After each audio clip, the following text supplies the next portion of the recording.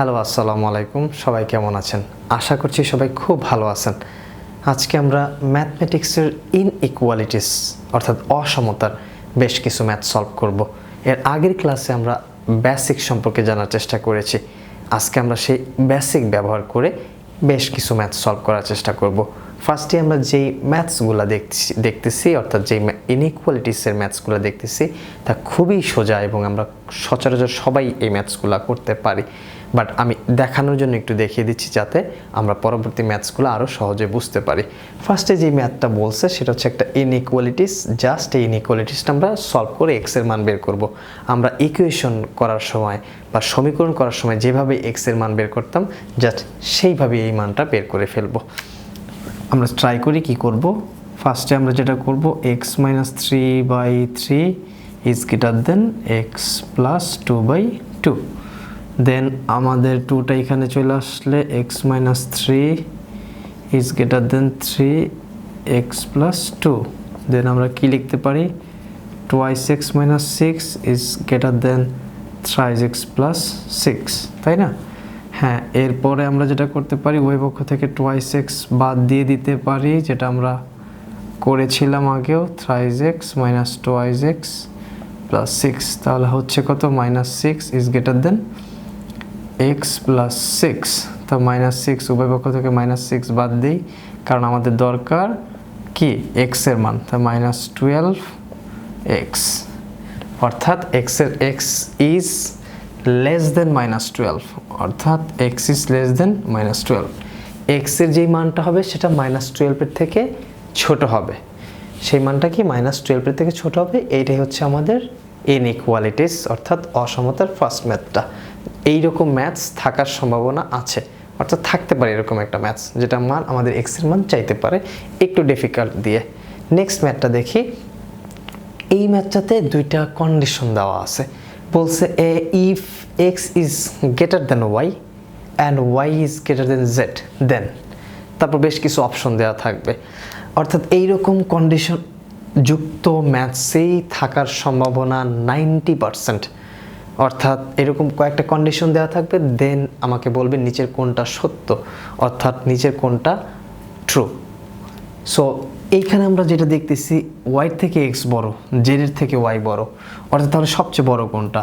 z এর থেকে যদি y বড় হয় এবং y এর থেকে যদি x বড় হয় তাহলে x অবভিয়াসলি z এর থেকেও বড়, তাই না? সে কি z থেকেও বড়, z থেকে y বড়, y এর থেকে আবার x বড়, তার মানে x সবার থেকে বড়, তার মানে z থেকেও xটা কি বড়। এই হচ্ছে আমাদের ট্রু অ্যান্সার। অর্থাৎ এইরকম কন্ডিশনযুক্ত ম্যাথস অনেক বেশি সলভ করা লাগবে, কারণ এরকম কন্ডিশনযুক্ত ম্যাথ থাকার সম্ভাবনা সবচাইতে বেশি। নেক্সট যেই ম্যাথটা সেটা হচ্ছে এটাও একটা ইনইকুয়ালিটিস, জাস্ট আমাদের সমাধান করতে হবে। বলছে 80 minus y is greater than 9। দেন হচ্ছে আমরা উভয় পক্ষ থেকে কি করব 80 বাদ দিয়ে দেব,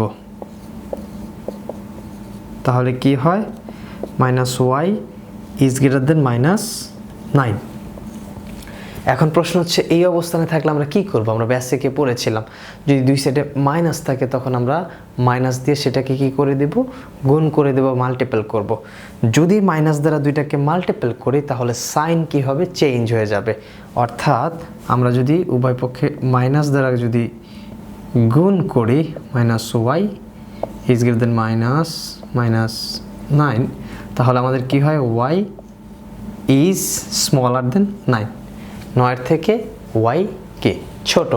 তখন আমরা কি করলাম y ইজ স্মলার দেন 9, অর্থাৎ আমরা উভয় পক্ষকে যদি মাইনাস দ্বারা গুণ করি তাহলে সাইন অবশ্যই চেঞ্জ হবে। আবারও বলতেছি ইনইকুয়ালিটিস এরকম ম্যাথস যদি থাকে সলিউশনে, অর্থাৎ এইরকম ইনইকুয়ালিটিসের ম্যাথ যদি দেওয়া থাকে সেখানে এই প্রবলেমটা দেওয়াই থাকবে মাইনাস, অর্থাৎ সাইন যে চেঞ্জ হয়ে যাবে সেইটা আমাদের খেয়াল রাখতে হবে। অর্থাৎ সেই জায়গাটায় আমরা অধিকাংশ মানুষ ভুল করব। সো আমরা আবারও বলতেছি যখন মাইনাস দ্বারা গুণ করবো উভয় পক্ষে তখন আমাদের সাইনটা চেঞ্জ হয়ে যাবে। কেন চেঞ্জ হবে সেটা ব্যাখ্যা আমি বেসিকে দিয়েছি। নেক্সট আমরা আরও কিছু ম্যাথ দেখব। এই ম্যাথটাতে বলছে যে in 2014 200 workers received pays on hourly basis from $15 per hour to $25 per hour. According to a difficulty of assigned task, largest possible amount paid to workers for 8 working hours is. প্রশ্নটা অনেক বড় না, পড়তেই মনে হচ্ছে 20 সেকেন্ডস নিয়ে নিচ্ছে, but প্রশ্নটার সমাধান খুবই সোজা, মাত্র এক লাইন। আমাদের এই ধরনের প্রশ্ন থাকার সম্ভাবনা অনেক বেশি পরীক্ষায়, যেগুলা একটু লেন্দি বাট তার সমাধান এক লাইন বা 2 লাইনের বেশি না। সো আমাদের এই ম্যাথসগুলো পড়ে বুঝতে হবে। যখন পড়ে আমি বুঝে যাব, ম্যাথ সমাধান করা আমার জন্য খুব সোজা হয়ে যাবে। ম্যাথটাতে কি বলছে 2014 সালে 200 ওয়ার্কার কি করতেছিল, রিসিভ করতেছিল পে অন আওয়ারলি বেসিস, অর্থাৎ ঘন্টায় তারা টাকা নিত। 200 ওয়ার্কার কি করতো, ঘন্টায় টাকা নিত from $15 per hour to $25 per hour, অর্থাৎ এটা ছিল $15 থেকে $25 পর্যন্ত পার আওয়ারে এই টাকাটা পে করা হতো। বলছে according to difficulty to of assign task, অর্থাৎ যাদেরকে অনেক বেশি ডিফিকাল্ট অ্যাসাইন টাস্ক দেওয়া হতো তাদের পেমেন্টটা বেশি ছিল, আর যাদেরকে ইজি কাজ দেওয়া হতো তাদের পেমেন্টটা কম ছিল। এটাই হচ্ছে কথা। তারপর বলছে largest possible amount paid of workers for 8 working hours, অর্থাৎ 8 ঘন্টায় সর্বোচ্চ কত টাকা, লার্জেস্ট পসিবল অ্যামাউন্ট, সর্বোচ্চ কত টাকা পেইড করবে ওয়ার্কার্সদের, ওয়ার্কার্সদের সর্বোচ্চ কত টাকা কোম্পানি পেইড করতে পারে 8 ঘন্টায়। এই হচ্ছে কথা। এখন প্রশ্ন হচ্ছে সর্বোচ্চ কত টাকা পেইড করতে পারবে এই কোম্পানির পক্ষে, সর্বোচ্চ কত টাকা পে করা সম্ভব 8 ঘন্টায়। সেইটা জানার জন্য আমাদের প্রথমে চলে যেতে হবে সে দেয় কত আওয়ারলি, সে 15 থেকে 25 টাকা পর্যন্ত দেয়। তার তার সর্বোচ্চ 1 ঘন্টায় 25 টাকার বেশি দেওয়ার ক্ষমতা নেই, অর্থাৎ সে 1 ঘন্টায় $25 দিতে পারবে, বা টাকা যেটাই বলি না কেন আমরা।